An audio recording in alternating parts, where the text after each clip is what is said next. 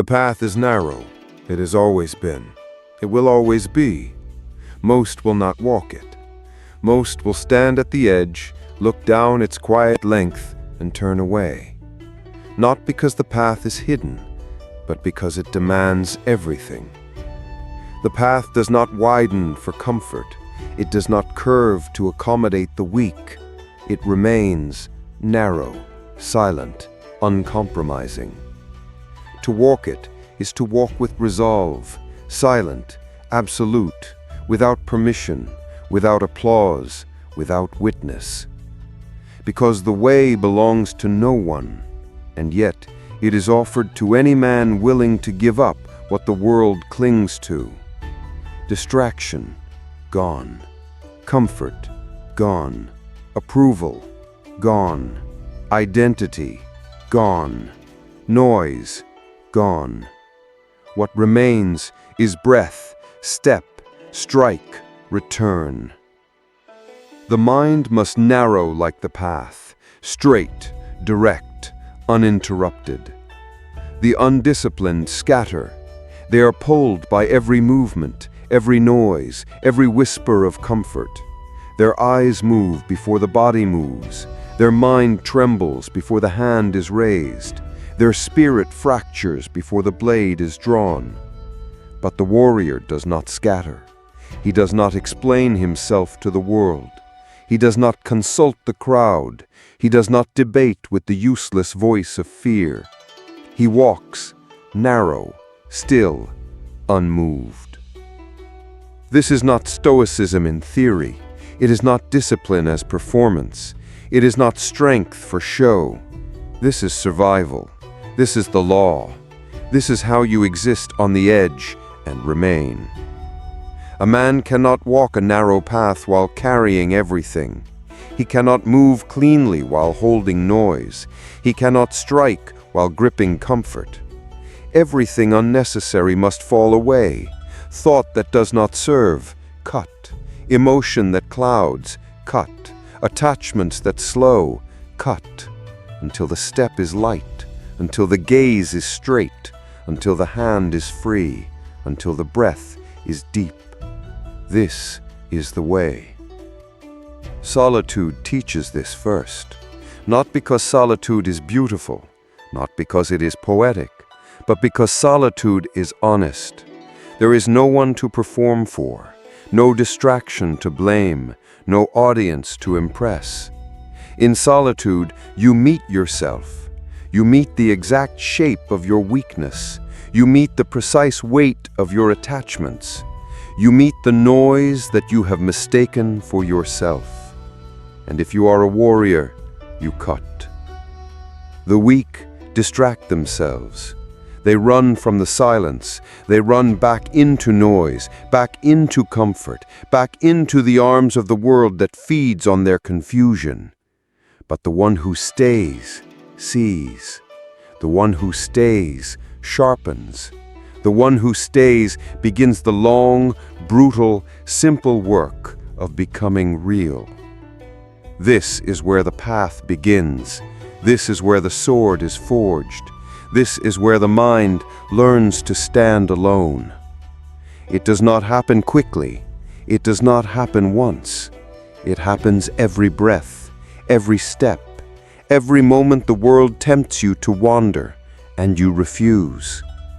The narrow path is walked by returning over and over, returning to the step, returning to the breath, returning to the task, returning to the cut, returning to silence. This is rhythm. The man who does not understand rhythm breaks it.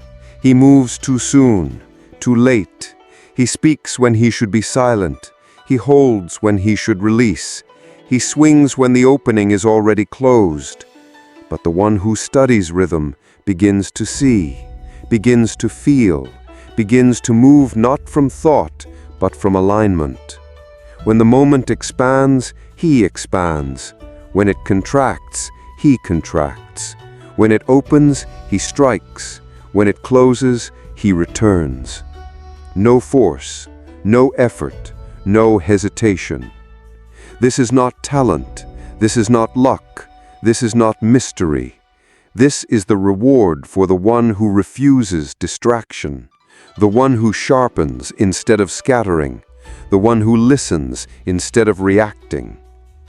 Rhythm is not out there. Rhythm is here, in the breath, in the body, in the movement of thought, in the stillness beneath thought.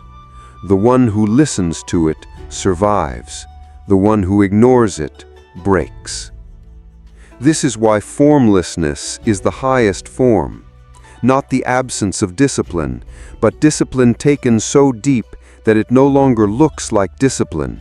It looks like nature. The hand no longer thinks of grip. The foot no longer thinks of stance. The gaze no longer searches. The breath no longer waits for instruction. Everything simply moves, correctly, completely.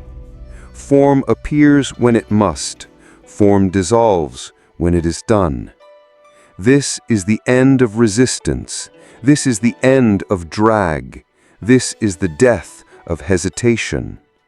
The narrow path demands this, because there is no space for excess, no room for clutter, no tolerance for delay.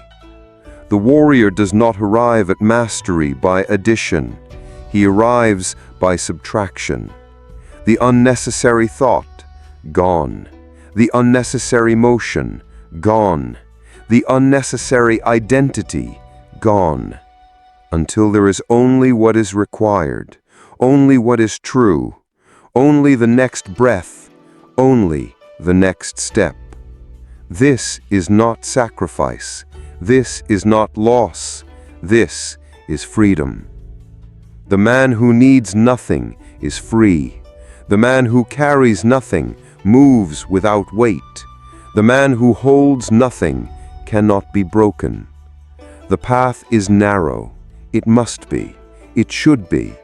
The width of the path is the width of the present moment, no more, no less. A man who tries to bring the past onto the path stumbles. A man who tries to drag the future into the step falls. There is only here, only now, only what the way demands, now. Walk it with silent resolve, not because others are watching, not because anyone will clap, not because there is a prize waiting.